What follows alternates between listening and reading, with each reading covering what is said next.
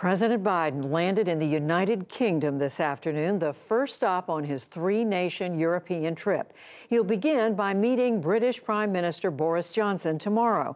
Then the three-day G7 summit that begins Friday in southwest England. Mr. Biden spoke a short time ago to American forces at RAF Mildenhall. It's a British Air Force installation. The United States is back, and democracies of the world are standing together to tackle the toughest challenges and the issues that matter most to our future.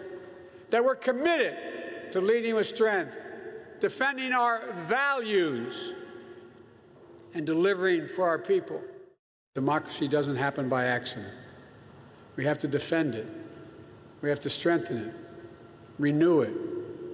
And I know that the American people are up to this job. Our Yamiche Alcindor is traveling with the president and joins me now from Plymouth. So hello to Yamiche, to you, and safe travels. First of all, tell us about what the president's hoping to accomplish on this trip, and what are the main concerns as he meets with American allies in Europe? Well, Judy, I'm so happy to join you, especially because some cicadas at one point were delaying our plane, but we are here now in the UK. Yes, and people heard me right, cicadas. That aside, President Biden, for his first overseas trip as commander-in-chief, is really coming to a group of European leaders who are familiar with him. Experts tell me this is going to be a sort of love fest, but it's also going to feel like a family reunion. And if anyone's ever been to a family reunion, that means there will be love, but there will also be drama. There are a lot of European leaders who want to talk about trade, who want to talk about COVID vaccines and the role that the U.S. is playing, with the president expected to make some announcements on that front. There's also going to be talk of China and how to deal with it. But the president really is trying to come here to really underscore the fact that America is back, that diplomacy is something that he's going to embrace, and that America is once again going to be embracing NATO and the G7 and all of our European allies, something that his predecessor really was hostile toward.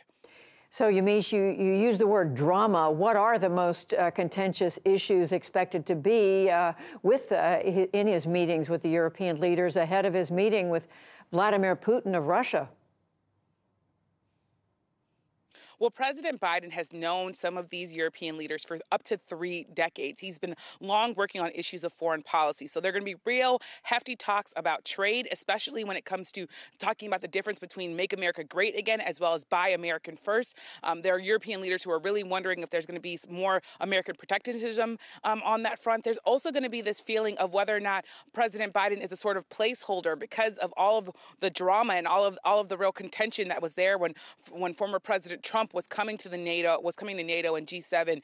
These European leaders are going to be a bit cagey, and they really want to know if they can trust America again. And that's really a long-term issue that President Biden's going to have to deal with. And then, of course, ahead of his meeting with Vladimir Putin, there's going to be a lot of talk about January 6th and the idea that there are real issues with American democracy right now, with the gridlock in Washington. So these European leaders are going to be wanting to talk about the state of American democracy. That said, the president got a big applause today when he was talking to U.S. troops, saying that he came to talk to Vladimir Putin about the things that he wants to let him know.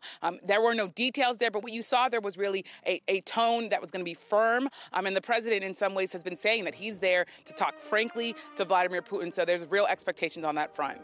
And we heard some of that just a few moments ago. Yamiche Alcindor, who'll be covering all of President Biden's trip into next week. Thank you, Yamiche.